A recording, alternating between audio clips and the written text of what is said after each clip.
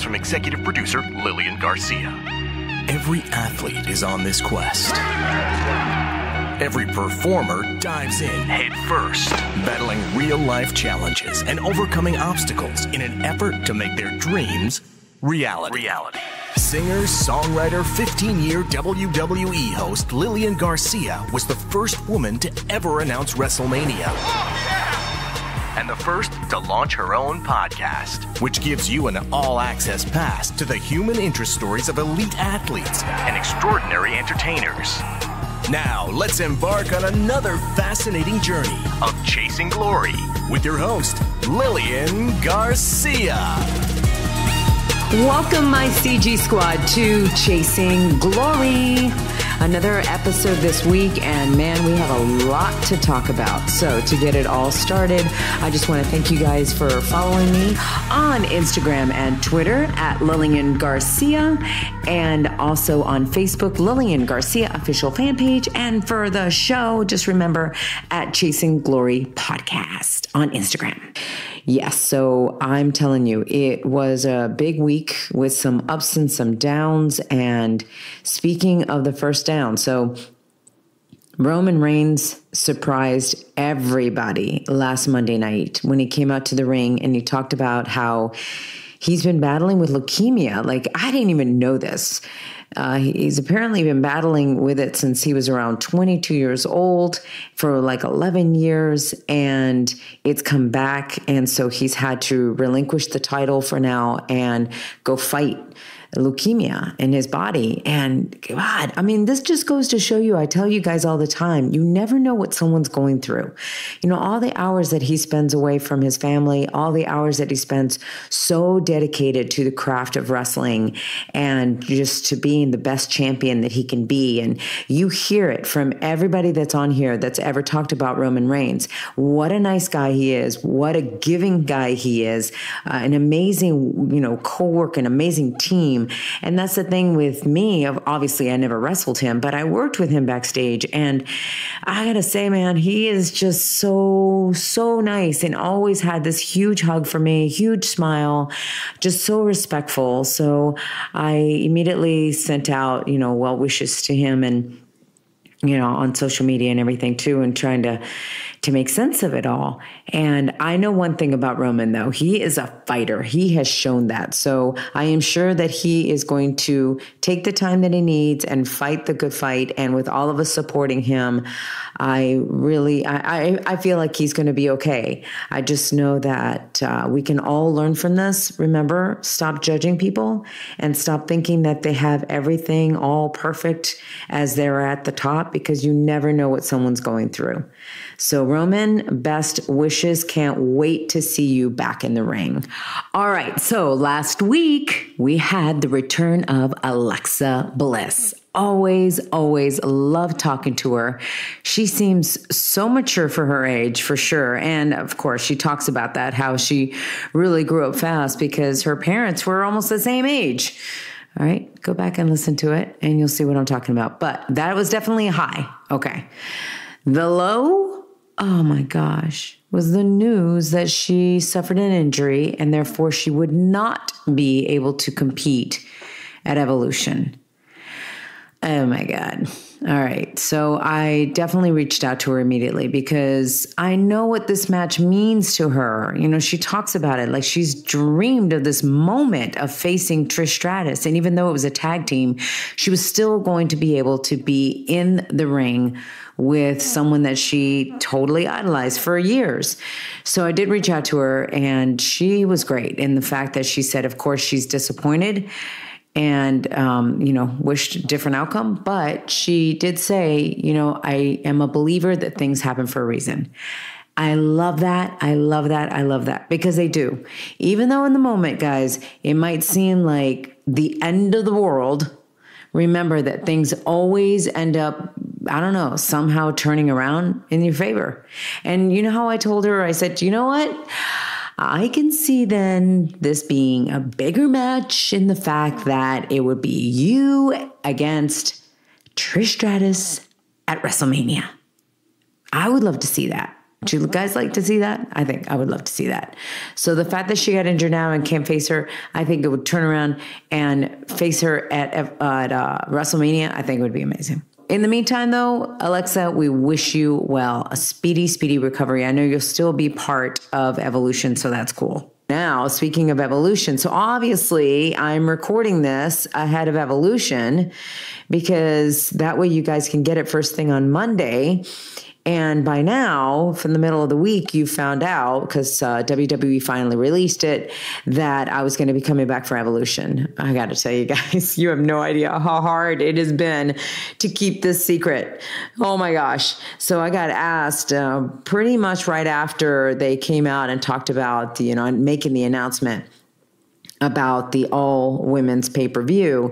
And so I had to keep it quiet for a very long time. And it was so hard just because of my excitement. I did it though. I did it. It goes to show you guys, when they tell you to zip your lip and not say anything, just don't say anything if you're ever in that position. But anyway, I was just so excited to be a part of this. I mean, it's history making.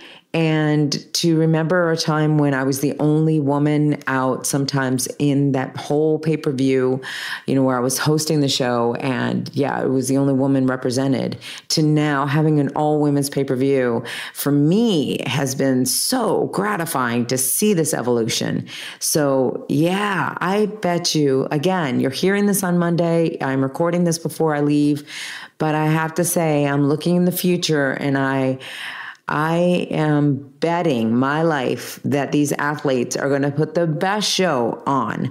And what I love is how many female broadcasters there are as well. So it just feels great to have some other women in the female broadcasting team and just the incredible job that they're doing. And now I get to go work with them.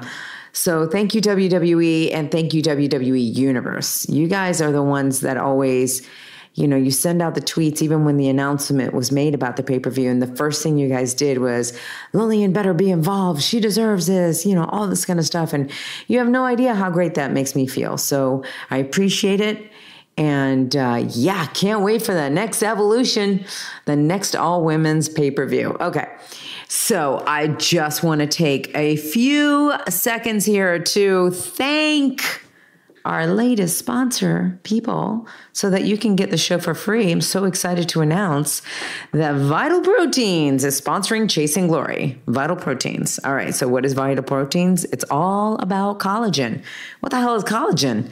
I'm sure some of you know, but some of you probably, like me, didn't even know. I kind of heard about collagen, but I wasn't sure. So here's the thing. Collagen peptides. You're going to hear about this more and more and more. It's revolutionary. People are all talking about it because collagen makes up a lot of our connective tissue. And as we age, our bodies produce less and less and less. Hence, that's why you get wrinkles, people.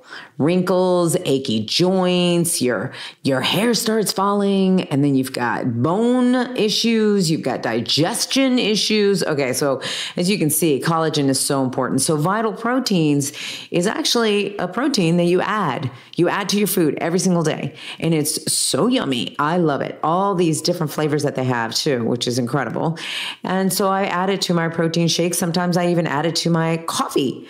So you guys can choose how you want to add this. You can add it to your oatmeal, your smoothies, like your tea, your recipes. Collagen peptides are so important, I'm telling you. So for more information, all you have to do is go to LillianGarcia.com/vital proteins. LillianGarcia.com/vital proteins. You will see that you're going to get free shipping, and you're also going to get 20% off your products with that link. So make sure you go there, make sure you add this. So it's not just for women. So you men out there that are thinking, well, I've kind of seen this Vital Proteins things and I've seen these big billboards about it and it looks like it's just for men. My husband, he's totally taking it every day, again, because it is protein. So it adds protein to your shakes, to your life. And it helps, like I said, your joints. It helps your bones. And he is definitely wanting to keep the hair that he has. So he is taking it. It is amazing. I feel amazing. My skin is incredible. So thank you, Vital Proteins. And thank you again for sponsoring the show. So speaking of that, I was trying to think of who could be really good to have as a guest following Evolution, because that was going to be tough. And I didn't want it to be one of the females because I really wanted to, if I had another female right after that, I wanted to talk to them about what it felt like to be part of Evolution. So it didn't make sense to have one of the females. So I'm like, who can it be? And then lo and behold, it came to me, and it was great too, because he reached out to me. I had asked him a while back when I had Jeff Hardy. I asked Matt Hardy to be on my show, of course. And then he reached back out and he was like, hey, I'm ready to do your show whenever you're ready for me. And then when I'm thinking about who can I bring on after Evolution, well, it only made sense because Matt Hardy has a special that dropped last night after Evolution. It dropped, and then tonight after Monday Night Raw. It is a special on the WWE Network called Matt Hardy Woken Halloween Special. How appropriate. I bet you this was amazing. And what I love is the fact that when I spoke to Matt, he really, like I told him, I said, Matt, you can talk about the show now all you want, because this is airing right after Evolution and after it's being broadcast, your show's being broadcast to the world. So it's safe to talk about it. So he did. He talks about it in depth, and what a creative mind. You're getting to get like a backstage pass as to that show and what that show meant and how it all came together. And it was so incredible. Man, what an incredible creative mind Matt Hardy has. And then we did talk about, you know, his downs when he got hooked on pain pills, and him and his brother, and if it was rock bottom or not. And you guys are going to hear his perspective on this, and family life and what having his kids has meant to him, and if he's going to wrestle again, and why he stepped away from WWE when he said, I'm not going to be in the ring. It's very insightful, because we really talk about a lot of things in this interview, but they're, like I always say, real, raw, and inspiring. What do you say we go into it? Thanks again for all your support of the show and of me. And now, without further ado, here is Matt Hardy's journey of chasing glory. The journey for Matthew Moore Hardy has definitely been filled with extreme and broken moments.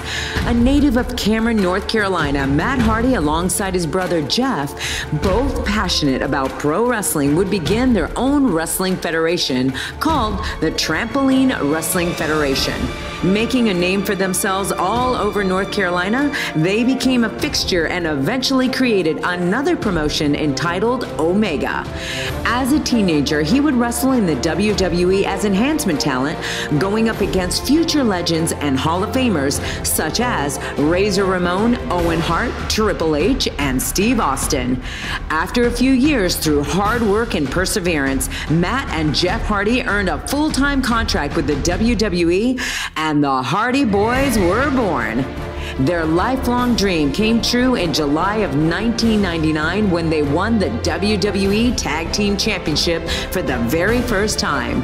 Later that year, the Hardy Boys, alongside Edge and Christian, competed in the first ever tag team ladder match that proved to be revolutionary and groundbreaking, and solidified all four men as legitimate high-profile superstars. Matt Hardy would find single success as well, winning the Cruiserweight, Hardcore, United States, and European Championship, as well as the ECW Heavyweight Championship. In late 2010, Matt Hardy would be released from his WWE contract, and he would enter the independent wrestling scene. He would work for TNA, Ring of Honor, and even Resurrected Omega. But while his wrestling career would continue to flourish, his personal life would begin a downward spiral. Matt would develop an addiction to painkillers and would be suspended and released by TNA following a DUI arrest. Realizing that he was on the verge of losing everything, Matt Hardy rehabilitated himself and dedicated his life to becoming a better person to his family and friends. TNA would welcome him back, where he became the TNA World Heavyweight Champion. But what everybody remembers him for is the broken universe that he created. Hardy would reinvent himself and would have the wrestling world buzzing after he faced his brother Nero in a one-of-a-kind final deletion match. The Broken Hardys would begin their expedition of gold, winning the tag team championships in multiple companies, which would ultimately culminate when they made their surprise return to the WWE at WrestleMania 34, winning the Raw Tag Team Championships in a classic ladder match. Months later, he would introduce the WWE Universe to his Woken Universe and would win the 5th annual Andre the Giant Memorial Battle Royal and would then proceed to win the tag team titles with Bray Wyatt. His Broken Universe introduced many of us to his family, such as his wife, Rebecca, as well as his 2 kids, Maxwell and Wolfgang. It's about to get real, raw, and inspiring with Matt Hardy.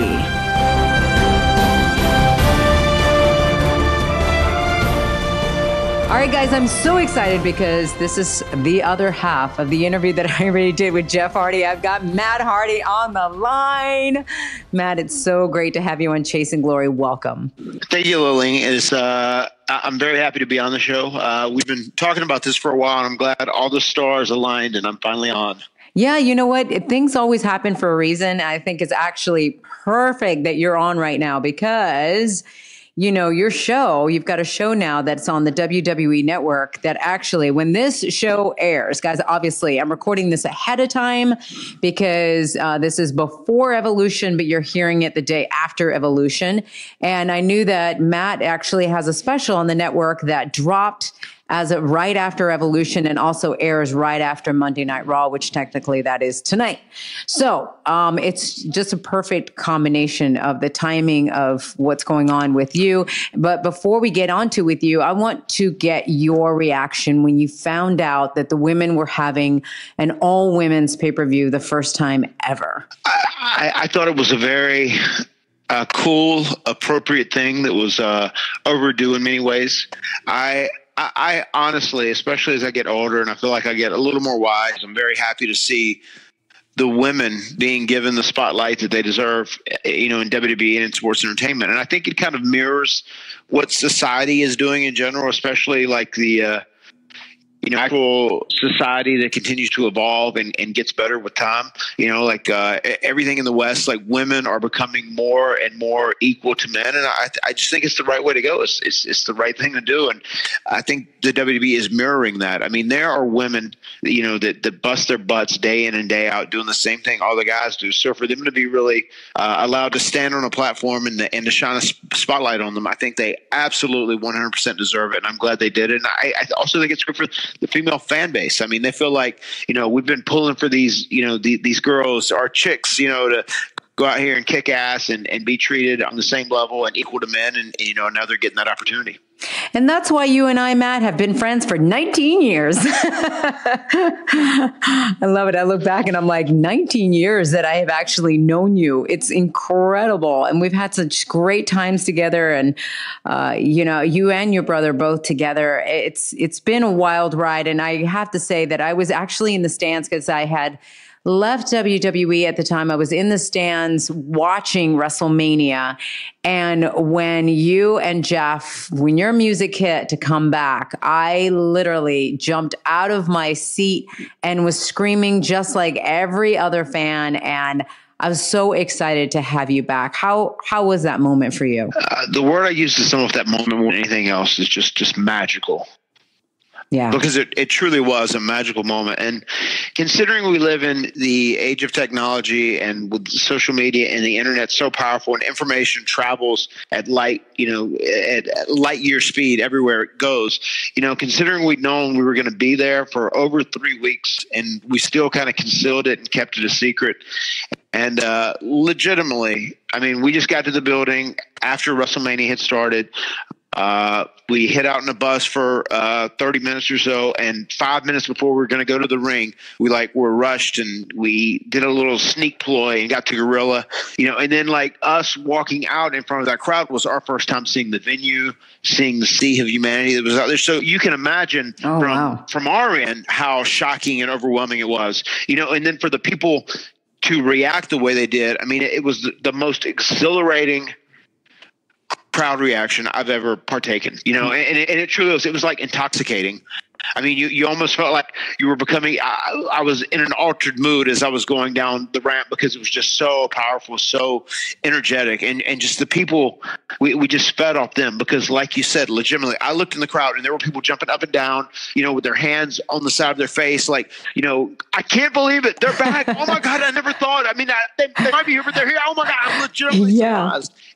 And to see that raw emotion and people jumping up and down and so excited to see us back, back home. And then also all the people that were doing the elite swipes and the people that were saying Brother Nero and, that they had followed us in our time away. And it also was very liberating and flattering that they had watched us and they knew what we'd been doing and they were into it, and then that carried over into the WWE universe. So it truly was a magical moment, one of the greatest moments of my career. Yeah, that's actually what Jeff was saying, that it's the moment that stands out to him. Like, it's crazy. You guys have done so much. And before that night, I mean, you could literally say you've had some incredible, memorable moments. So it is wild that even years after you've done so much, there could be something else that ends up topping it.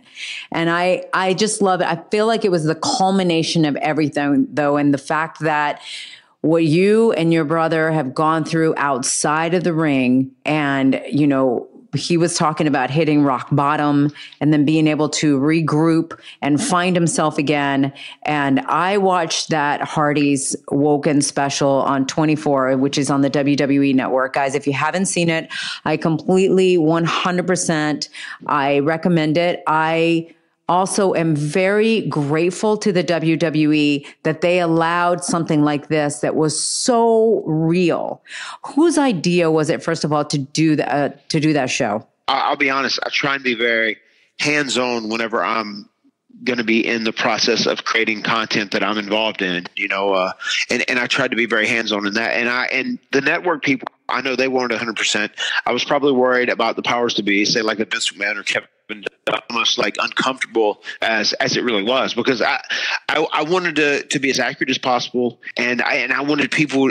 I told Jeff, like, years back, once we were both in good places and getting better, I said, man, if we ever tell our story, the place we should tell our story is on WWE television or WWE network, because that's the platform it deserves to be told on. I said, so if we ever tell it there, I said, we need to go all out and, don't hold anything back. And that's what we want to do. We were allowed to do it. And I know Kevin Dunn, actually, from speaking to him and talking to some of the network guys, I know he was a little hesitant at first about putting some of this raw content out there that was so dark and so uncomfortable, but eventually he did. And the feedback to that special was off the chart. And the biggest thing I can say to all people is, like, if you can hang in there, if you can keep your chin up and keep moving forward in a positive direction, it'll always get better. You have to want it. You have to want to get better, and you have to want to get to a better place, and you always can.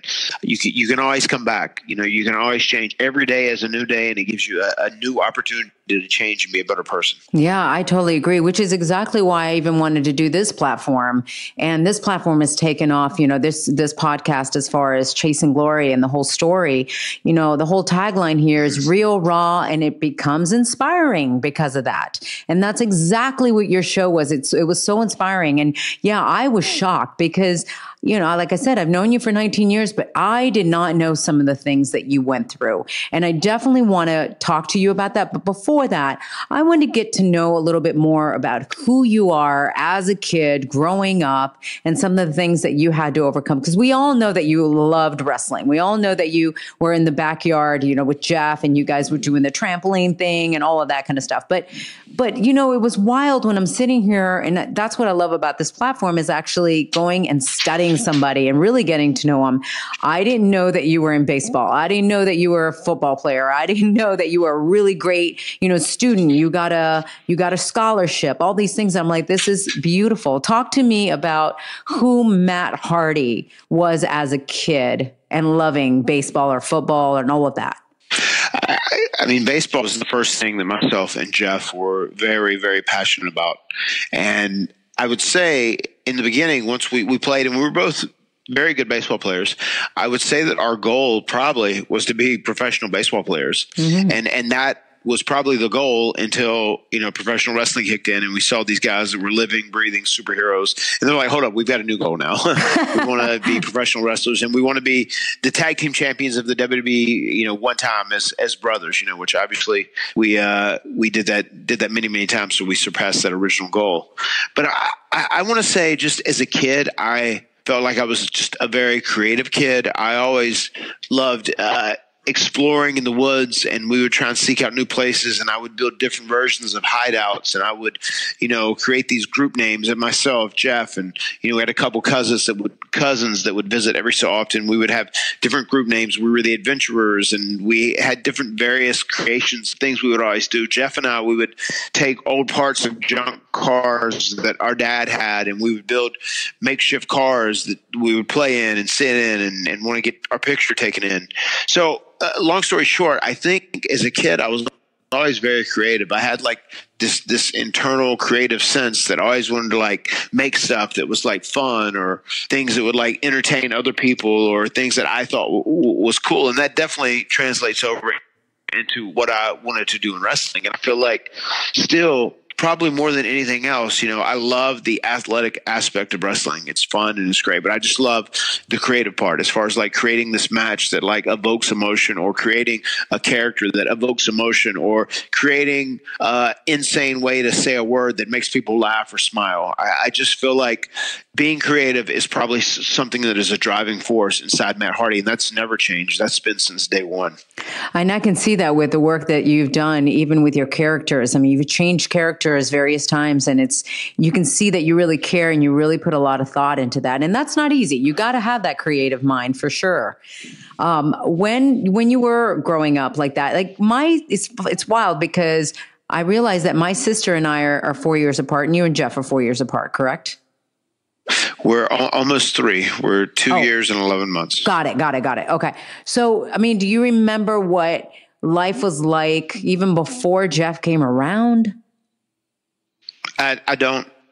I'll be honest, and I think about that a lot with my kids now. Maxwell is my oldest. Max was a few months past being 3, and my youngest is a few months past being 1. So there's literally 2 years difference in their age span. And I doubt Maxwell is going to remember a life without Wolfie, which is amazing, but also too incredible, especially because I cherished, my relationship with my brother, and I loved it. We were best friends, and like, considering we grew up on 100 acres of wilderness in the woods, and these guys have built a house. I cut off a piece of property here. My brother did on the other end, and I feel like they'll have a similar childhood as well. So I think they're going to have best friends. They're going to have like a best friend status as well as being brothers, and they're going to be able to go out into the woods and build and do all these fun things. And on top of that, I'm in a very different point in life than my father was when he had me. My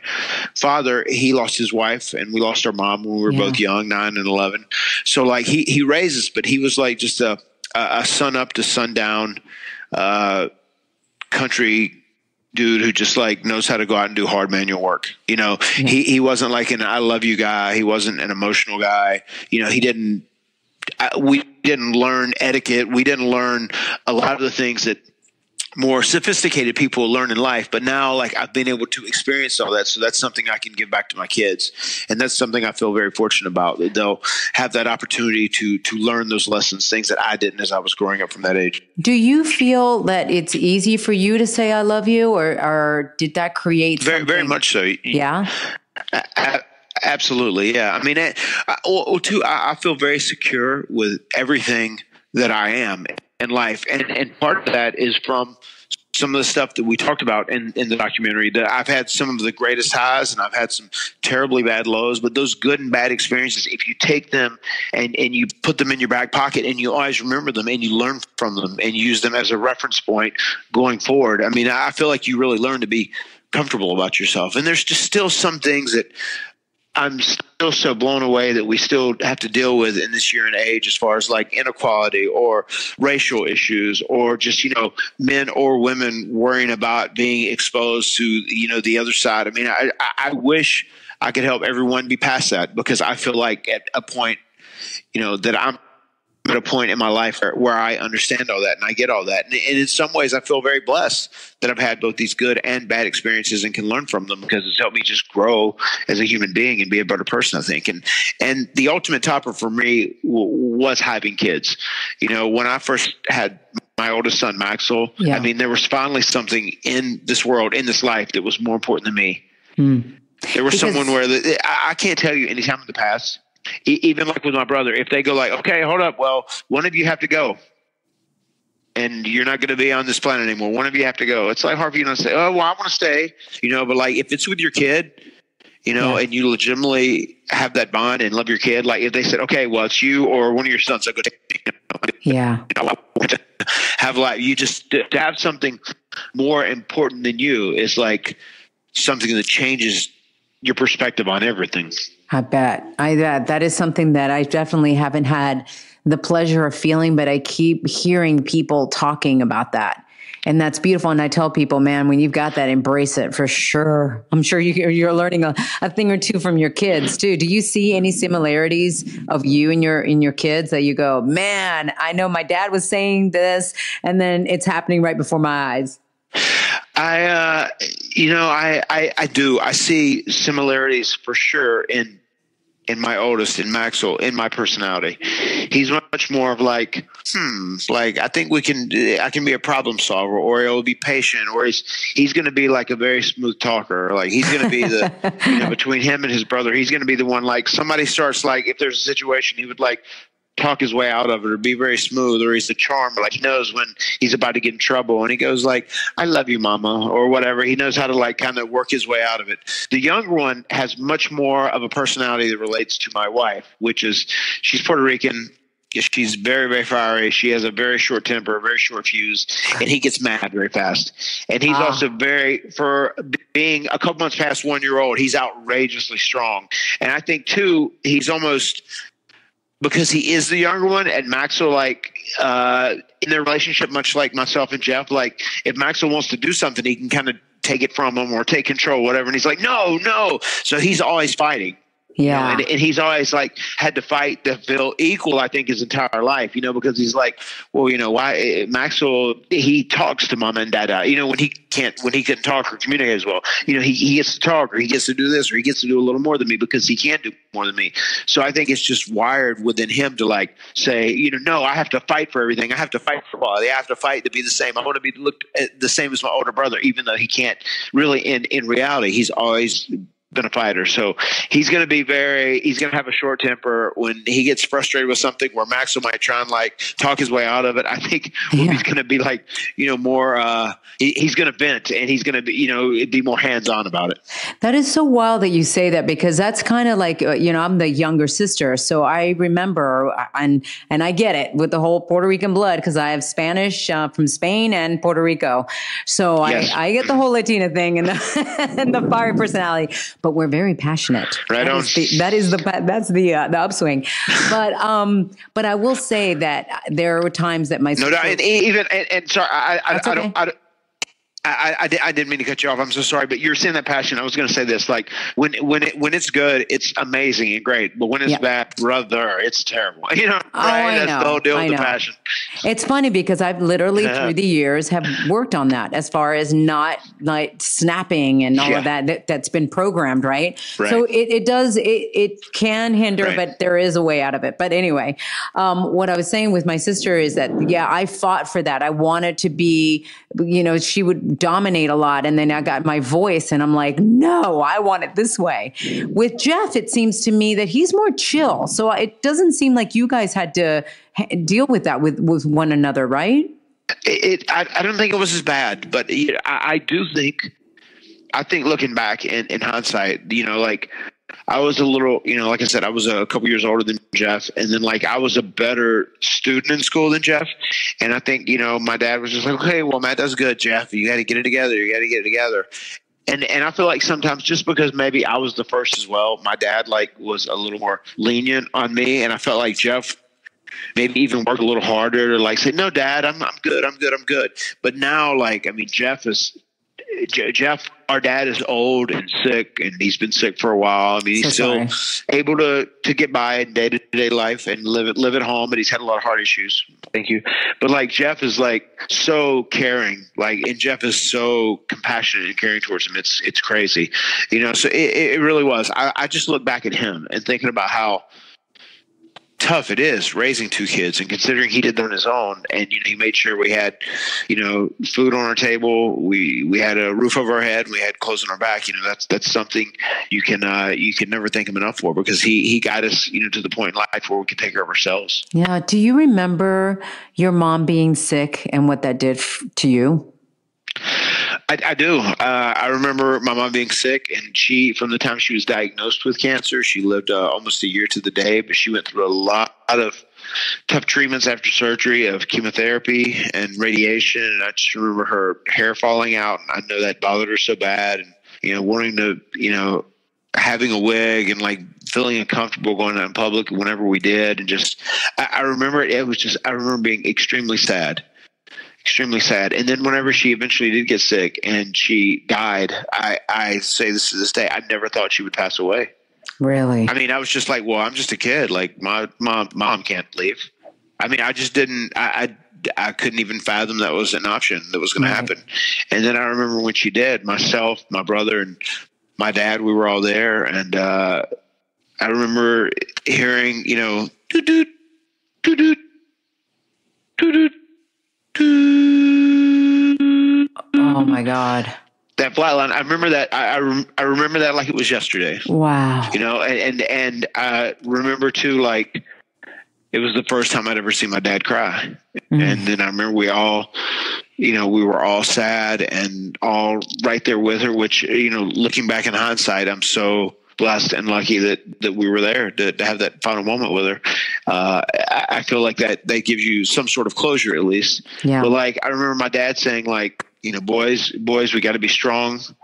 We got to pick up and move on, because that's what your mom would want. And I mean, he was right, and it was hard to, fathom or understand or assimilate that kind of information when you're as young as Jeff and I were. But I mean, he was right. I mean, that's kind of the story of life. Life has ups and downs, and there's going to be good and bad things. And really a lot of the battles in life are won just by how you react to things, because there's going to be bad things that happen, but you just can't let that be the end all be all.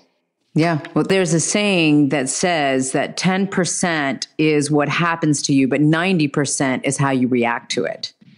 And whenever I heard that saying, I was like, oh, absolutely. That's it. Yeah, it really is. I mean, and that's one thing I tell people all the time, and sometimes I tell my wife, just because, I mean, even to on top of just, everyone jokes, the whole Latin blood and temper is kind of an ongoing joke, right? But I mean, my wife just really does have a short fuse, and she's from New York, and she's very New York minute, go, go, go, go, go. And, and just sometimes things happen and she gets so down about it, but I just go, perspective, it could have been this or could have been that.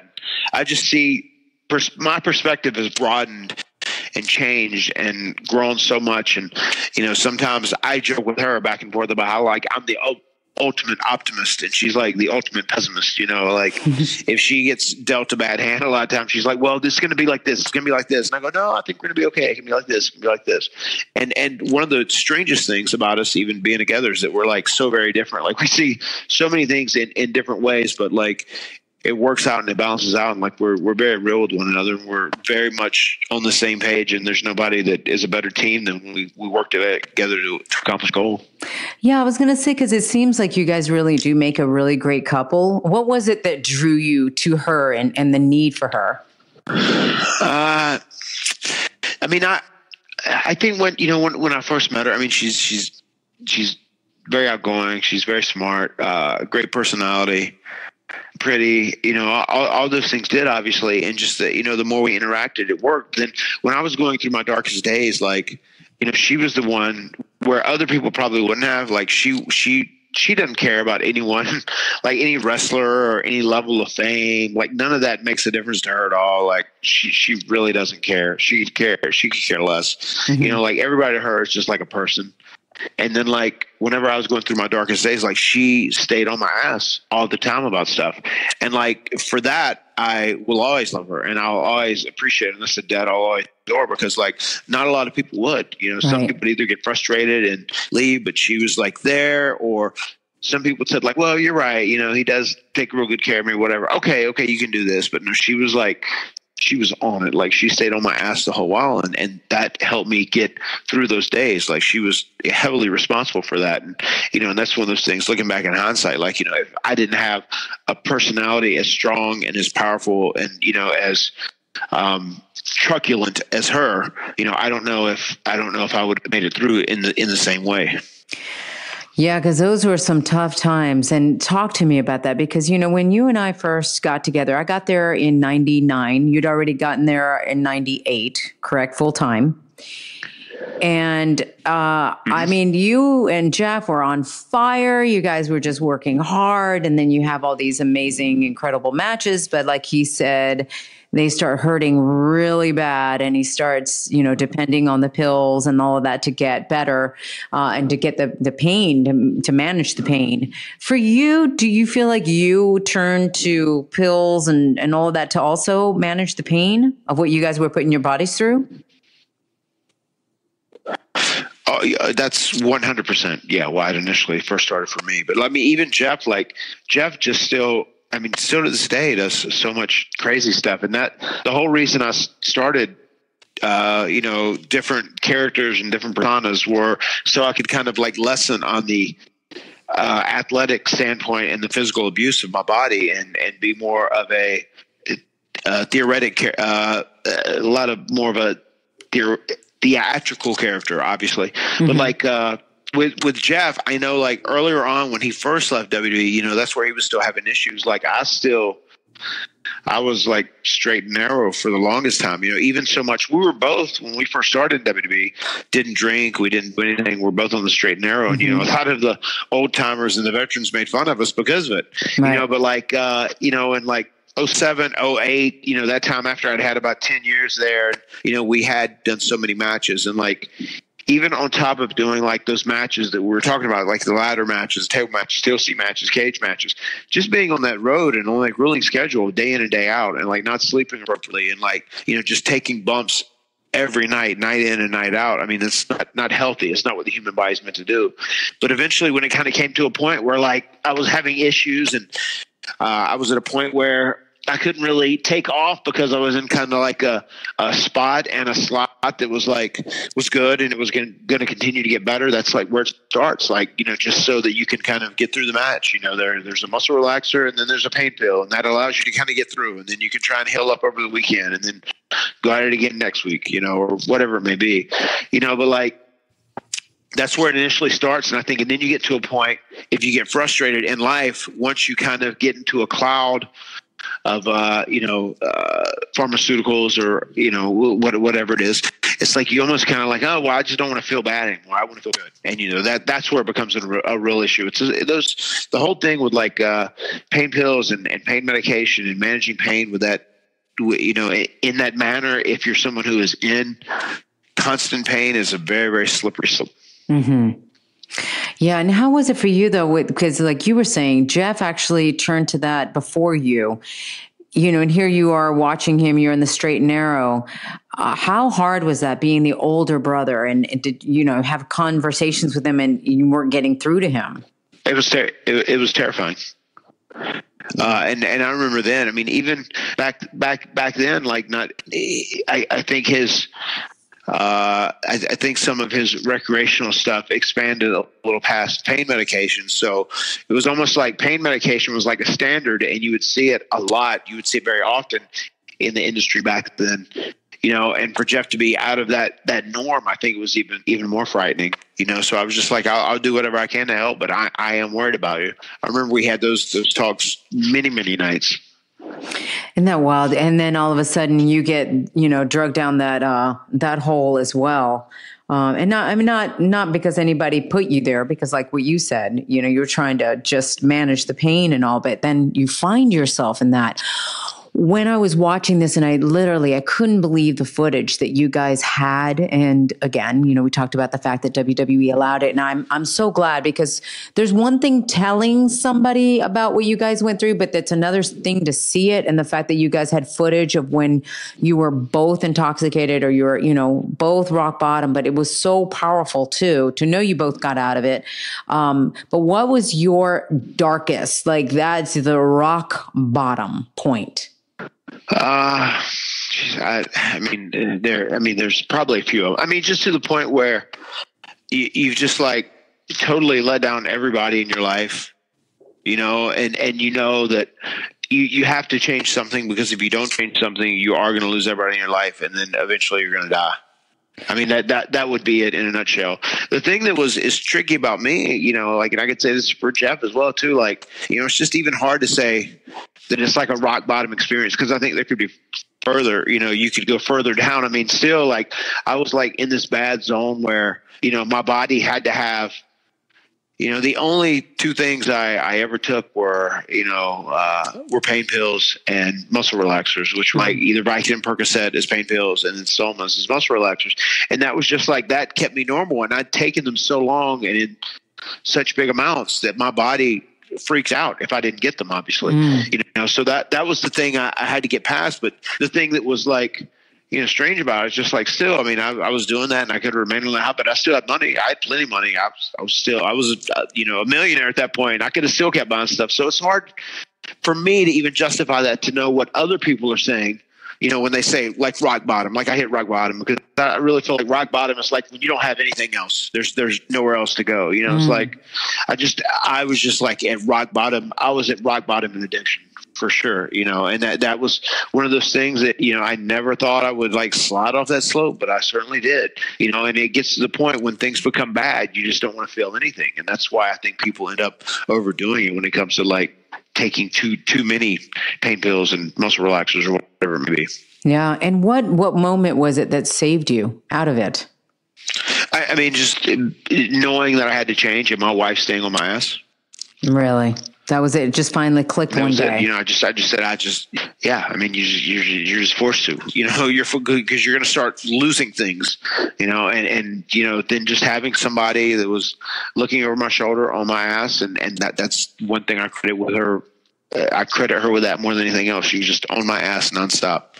And if you are in that very, if you're in that state of just trying to get things together, and you don't have someone that's overseeing you with an eagle eye, it's very easy to slip and slide right back into what you're doing. So that's what I credit her with more than anything else. Wow, that's amazing. I'm so grateful for her too, because we need Matt Hardy in the world. You are just way too, not only are you just creative and you're and so talented and all of that, but you're just such a great guy, Matt, that it's your spirit, everything about you. You're, like you said, you're in a place now to influence. And I love that. And I love how real that you guys are talking about all of this.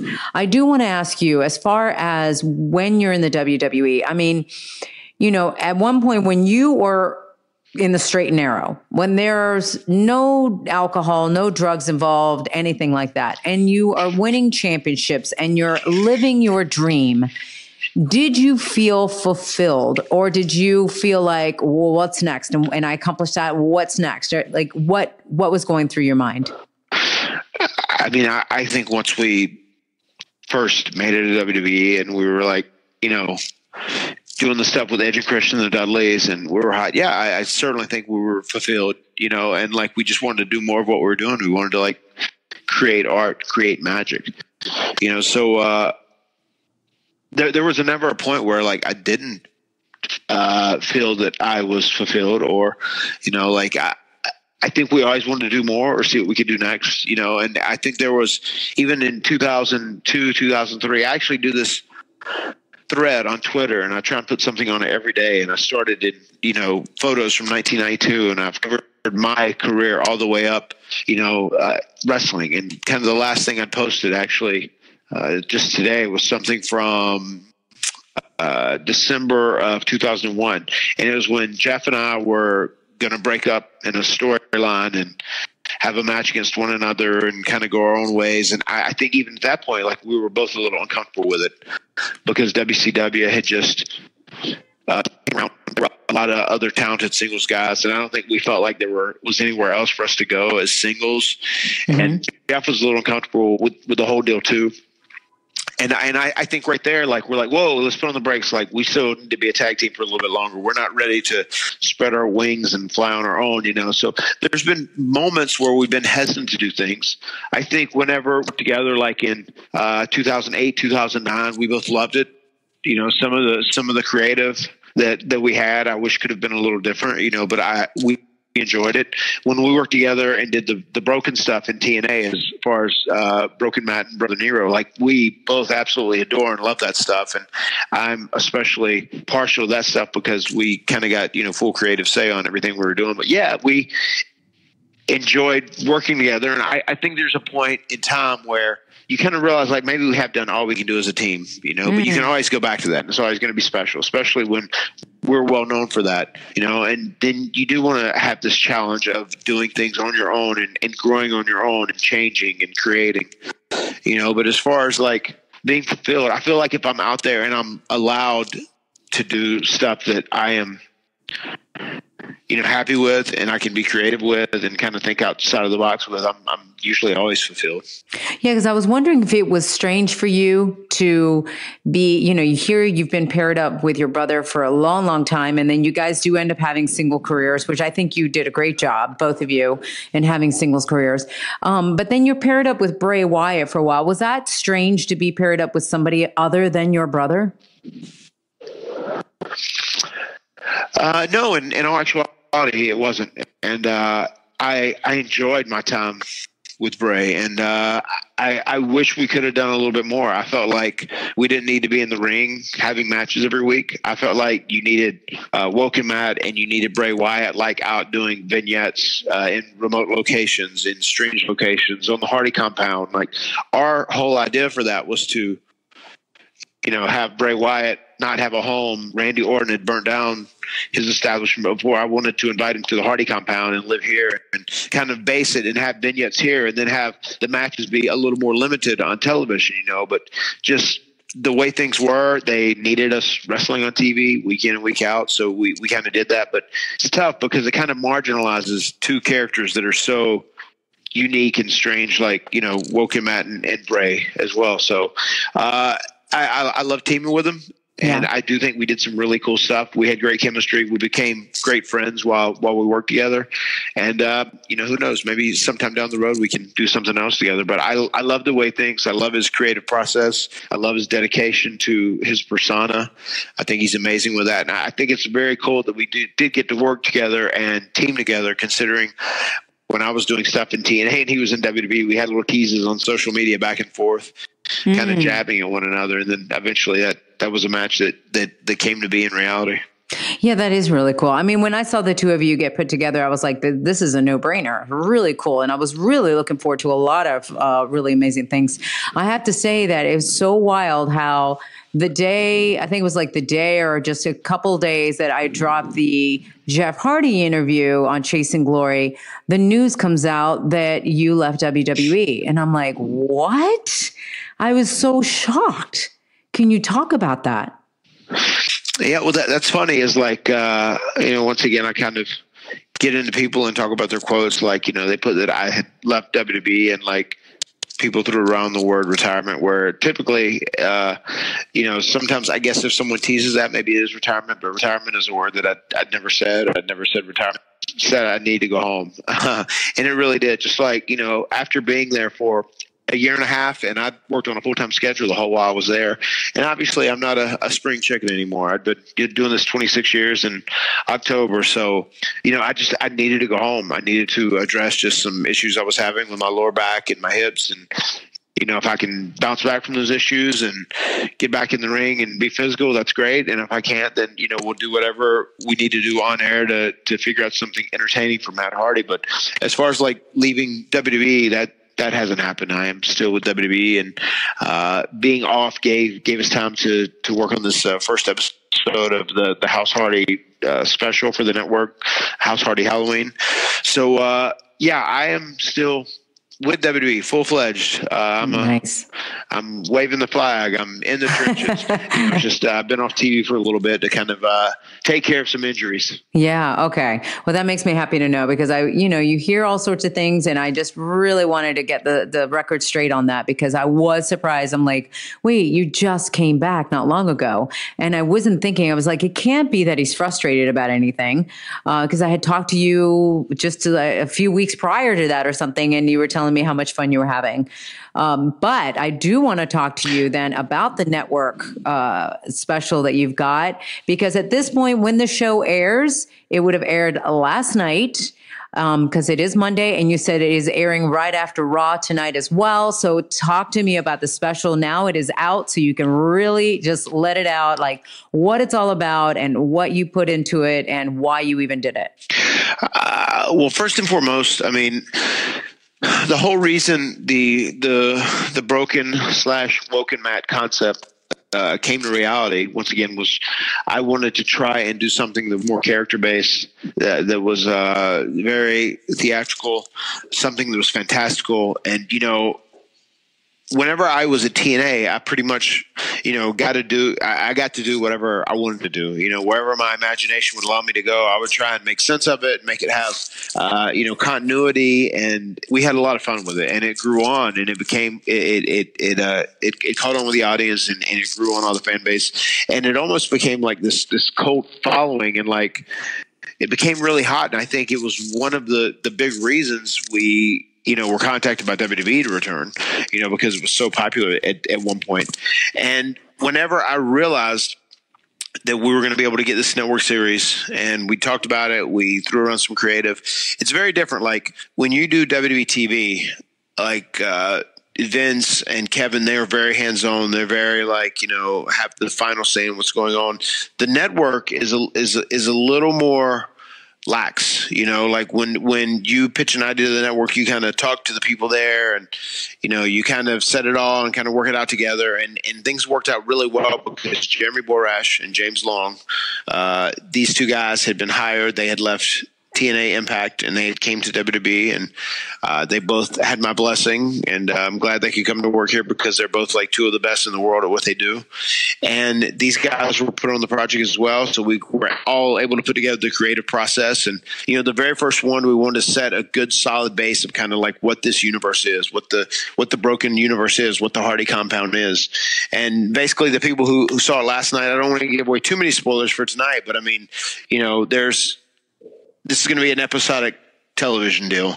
And basically at the Hardy compound, this is a magical place. When I'm here, I'm always woken Matt. I'm always broken Matt. That's just how it is, because this is the nucleus of my magic and the nucleus of my power. When I leave these gates and I go other places, I am regular Matt. But here I am woken Matt, broken Matt. I'm almost like there's a duality to my persona, like I'm Bruce Banner, David Banner, and the Hulk, or I'm Jekyll and Hyde. Right. There's two entities living within me.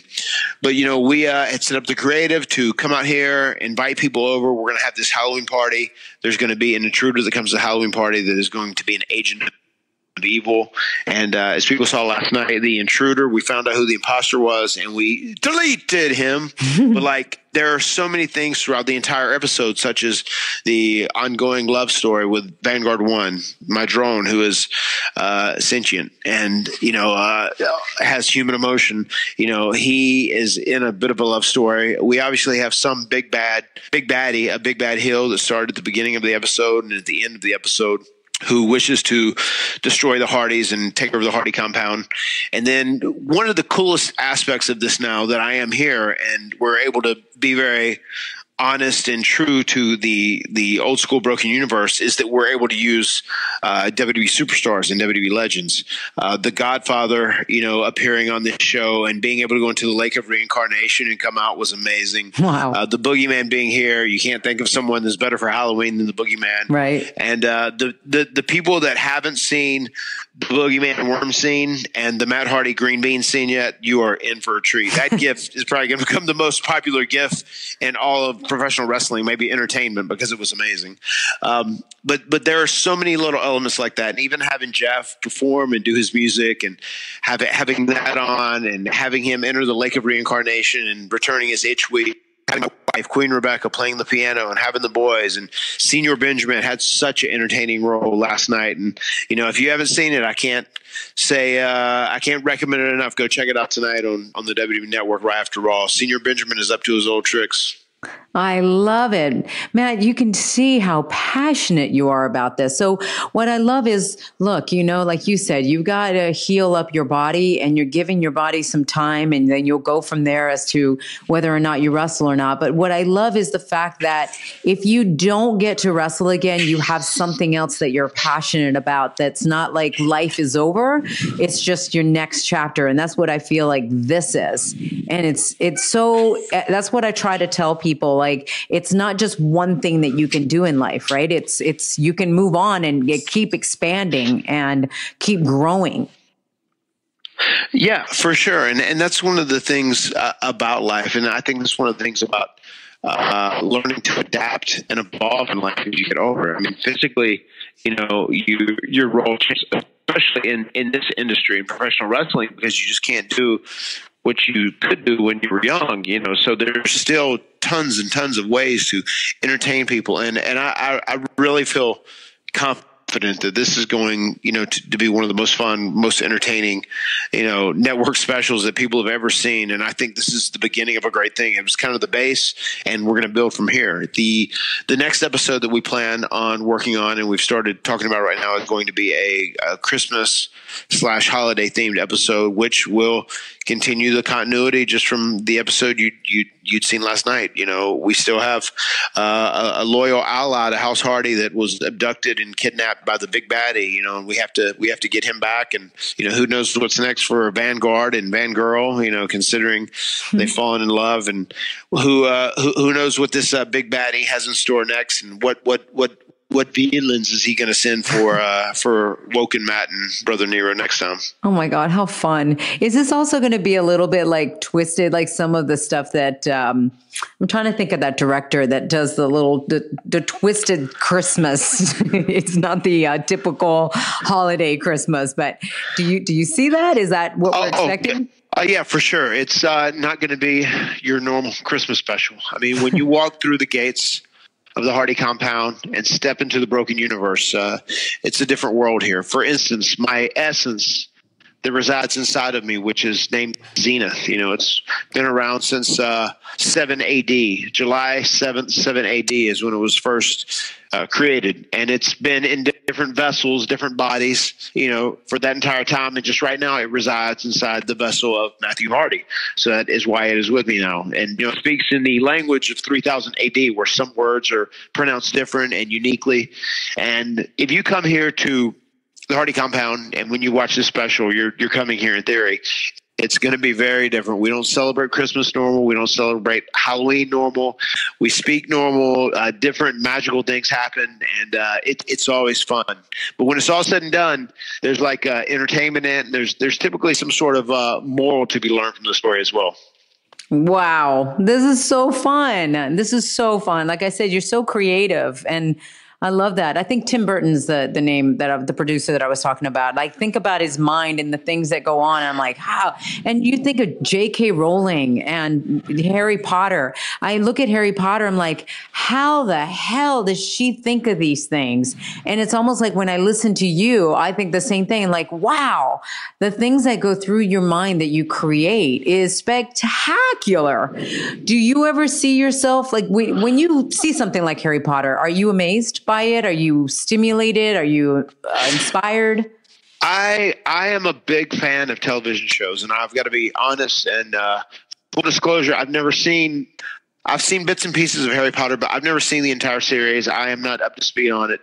But there are a ton of TV shows that, like, I drew inspiration from, you know, in creating the whole Broken Universe and kind of like the different personas that go into it. You know, like I'm a big fan of like Dexter and True Blood and Breaking Bad and Banshee. all those shows. And then, there's still a ton of current shows that are out there that are great, but like, I had started doing the Broken Universe before I ever saw any of this or was familiar with it. But like anybody out there that is a fan of the show Preacher in the comics, like I feel like the most similar thing that's on television to the Broken Universe and Broken Mad is Preacher. They very much live kind of in a similar universe because they're like larger than life. There's like this big, massive, great story, and these characters are all outrageously larger than life. And then like it's kind of like, there are parts of it where it's like so over the top, it's like silly, but it's also like done really well, and there's good continuity, and you enjoy it. And like as you watch, you're like, man, this is really fun, like because anything can be possible in that universe. There are no parameters, and I love working within a universe where there are no parameters. It just allows your creativity to go into to hyper speed and go crazy. Yeah. Wow. Well, good luck with the show. I do want to ask you though, with this whole thing, Chase for Glory, and the conversations that we have about the chase for glory. And, I know initially you get into wrestling because you love it and you're passionate about it. And then you want to win some championships and all of that.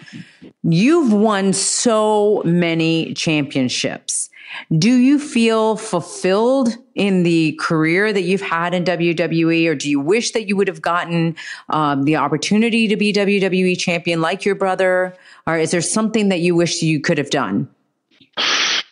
Yeah, I mean, that's an intriguing question, and I think like personally, when I step, out of my life as being like a public figure or professional wrestler or just entertainer in general, I feel like I'm super happy with everything we did because like, and everything I've done on my own, just because my goal was just to one day be the tag team champion, of the WWE one time. We did that many times over. Yeah. So no, if I walk away tomorrow and never wrestle another match again, I'm good with everything I've done and achieved, because like really when it's really all said and done in wrestling, it's not necessarily about all the titles you win. It's about like how good of a performer you are and how relevant you can stay and how much you can change and evolve and just how well you can do like from a popularity standpoint and a financial standpoint. And I've, done really well on all those levels, I feel. But looking at it from a professional and being a wrestler, yeah, I mean, I think that's always something you gotta say, man, I would love to have been the champion, or I'd like to be the champion or whatever. And like, who knows? It's a crazy life and crazy, insane things happen all the time, and you never know what tomorrow holds. Life is fleeting in general, and you never know like what state you're going to be in the next day, and that could be a good thing or a bad thing, so yeah. I just I never say never about it. I love that. Never say never.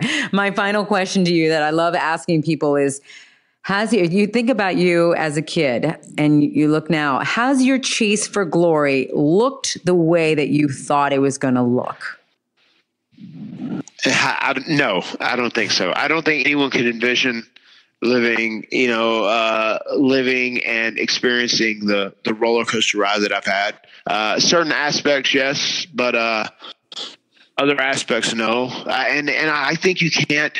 I think you have to be very careful with when you set your mind and have a dream or a goal about how in your mind you project it, because like things always happen in a different way. Like you can't really set yourself like it has to happen this way. It has to happen this way. I mean, things are going to happen the way it's going to happen, but the most important thing you can do is be resilient, be persistent, and just like keep your chin up and keep moving forward, and like keep your eye on the prize and keep your eye on whatever that dream is and whatever your ultimate goal is, but like things are never going to go the way you envision them. So they certainly didn't go the way I envisioned them.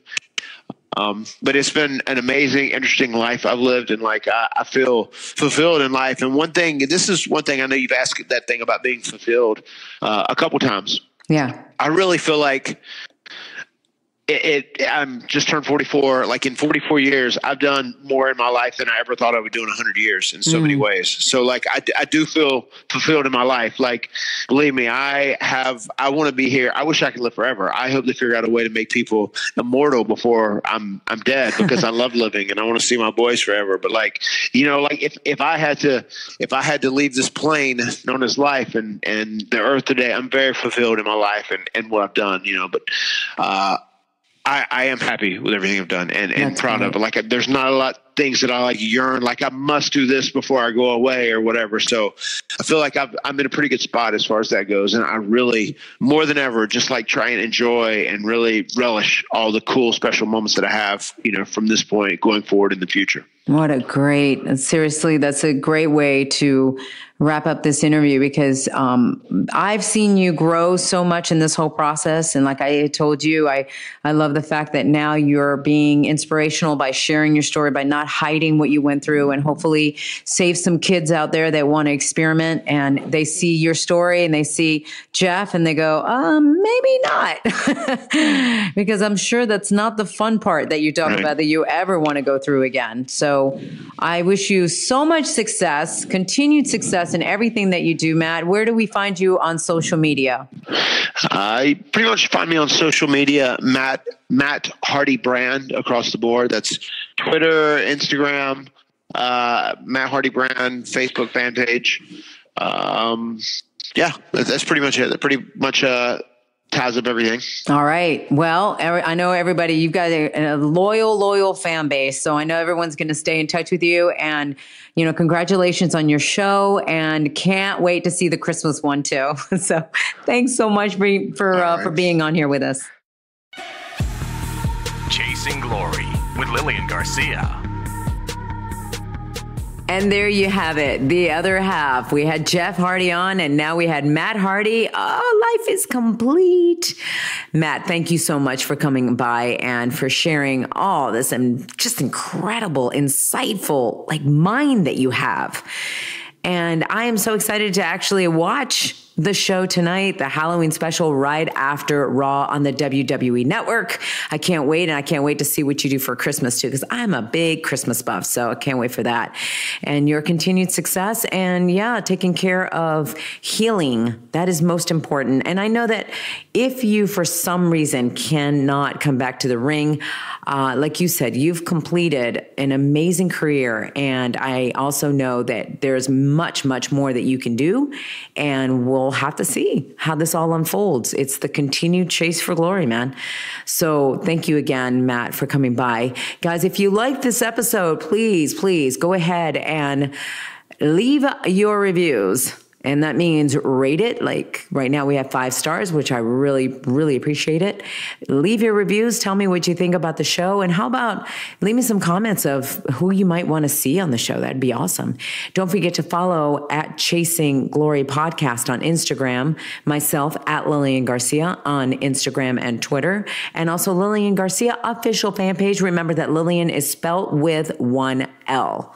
Want to thank my sponsor again, Vital Proteins. I'm so excited to continue to tell you guys about this. Remember, this is not only for the women, but men out there. It's important to keep your hair. I know you guys care about this. I know that my husband keeps telling me that he wants to keep his hair. So when this came about, he was like, man, I got to try this. And we both have been using Vital Proteins. It is collagen. Remember that collagen is something that you have in your body, but as you age, you start losing it. So you want to keep that collagen going, because it's not only good for your hair, but it's good for your nails. It's good for your face, for wrinkles, for your joints. Like, you want to be able to be in your optimum shape and your optimum mobility. So why not get a little boost from the collagen so that anything you start losing, this starts adding. So definitely go to LillianGarcia.com/Vital Proteins. You're going to get free shipping, and you're also going to get 20% off your orders. So go to LillianGarcia.com/Vital Proteins. Thank you, Vital Proteins, for sponsoring the show. It is an honor to have you guys as a sponsor. I never endorse anything I don't believe in, and I don't take myself. So you guys are going to love this. You're going to thank me for it. All right. So until next time, again, thank you so much for everything. And I always say much peace, love, and passion. And remember to always be yourself and trust that it's enough. See you guys. Thanks for joining us here on Chasing Glory from executive producer Lillian Garcia. Don't forget to share this episode with your friends, and be sure to subscribe at Apple Podcasts or wherever you get your favorite shows.